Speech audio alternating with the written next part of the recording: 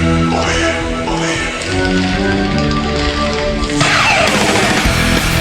buy that for $1. Good evening, my sweet tortured souls, and welcome to a new show, filling a slot here on Calico.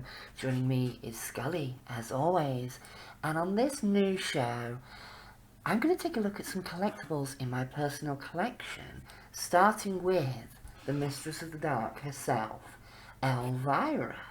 Gonna get this beautiful figure out of its box and out into the review area and take a closer look. Back soon.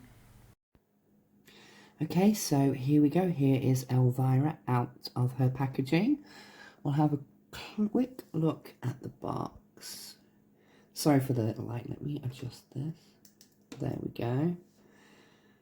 Elvira, Mistress of the Dark. Elvira, 40 years. There is a signature on the bottom of the box. Your typical product shots with something like this. Shows where the little dagger is supposed to go. We'll have a look at that in a minute. And some other poses. There you go. That is it for the box.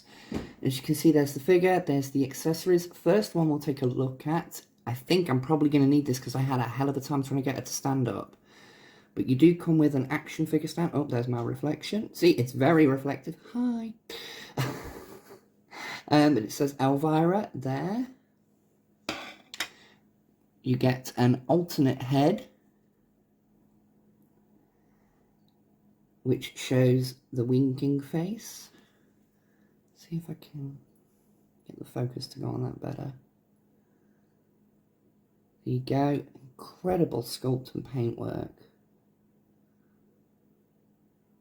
Hold on, let me see if I can... There we go.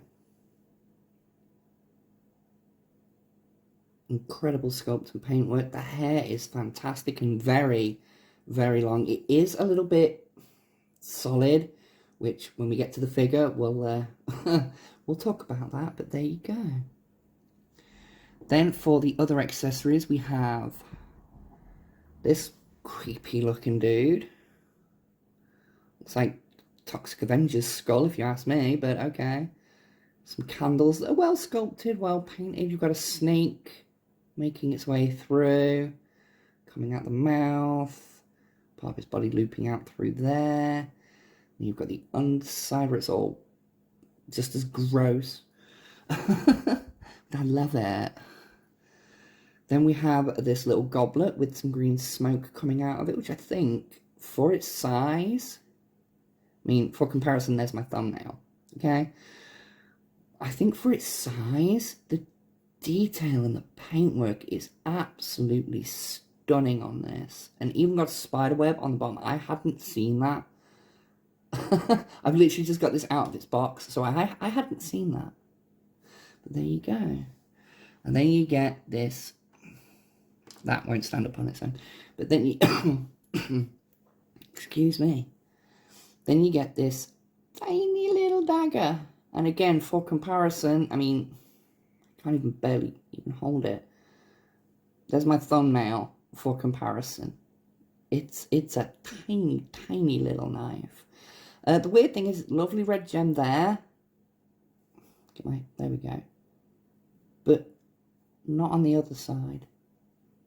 But I suppose once it's on and it's displayed like that, through the hoop, then, yeah, there we go. And that's it for accessories, so we'll move on to the figure herself.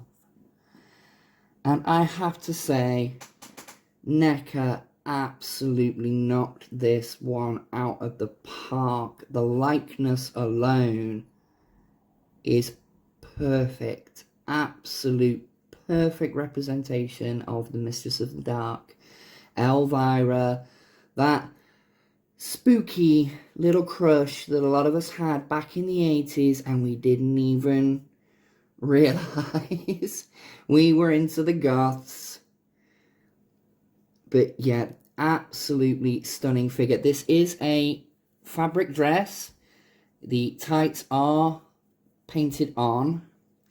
But the cool thing I love about this, as well as, you know, actual like faux leather here, the little hoop, hair down the back. But on each of her hands, you have the sculpted ring. The nails are painted, a little wristband here. Then on this side, you have a little spiky buckle. And again, nails are painted fantastically. But yeah, I mean, it's Elvira. Now, articulation is standard NECA articulation, I will say that. But you're not going to be getting many dynamic poses out of old Elvira here. And so you shouldn't. I mean, a lot of people complain about fitting as much articulation as they can into an action figure. But when it comes to something like this, as long as she can stand and hold a pose, that's really all you need, in my opinion. Really. But closer look at the articulation. Bends at the elbows. They also swivel there. You have joints up here at the shoulder that go backwards and forwards and in and out. They are slightly ratcheted, like you can feel the indents as you're moving it. Same on both sides. You do have hinge and swivel at the wrist, so you can bend in and out and rotate. Upper body, I've not tried this because I'm really uncomfortable about where I have to put my hand to try and figure out the articulation, but I think there's an ab crunch up in there, so you can give her a, yeah, yeah, I can feel it through the dress. There's an articulation joint right there where my finger is, you can feel it. And then straighten back up. Can she arch back, I wonder? Oh, she can. So you can recreate that famous scene in the film where she pushes the bars, pushes the gate open with her boobages. She goes, boop, and the bars just pop open. You can recreate that scene if you wish. But putting her back in neutral pose, getting her stood straight up and down. There we go. Elvira, Mistress of the Dark. Now, I'm going to load her up with some other accessories and we'll have a look at that.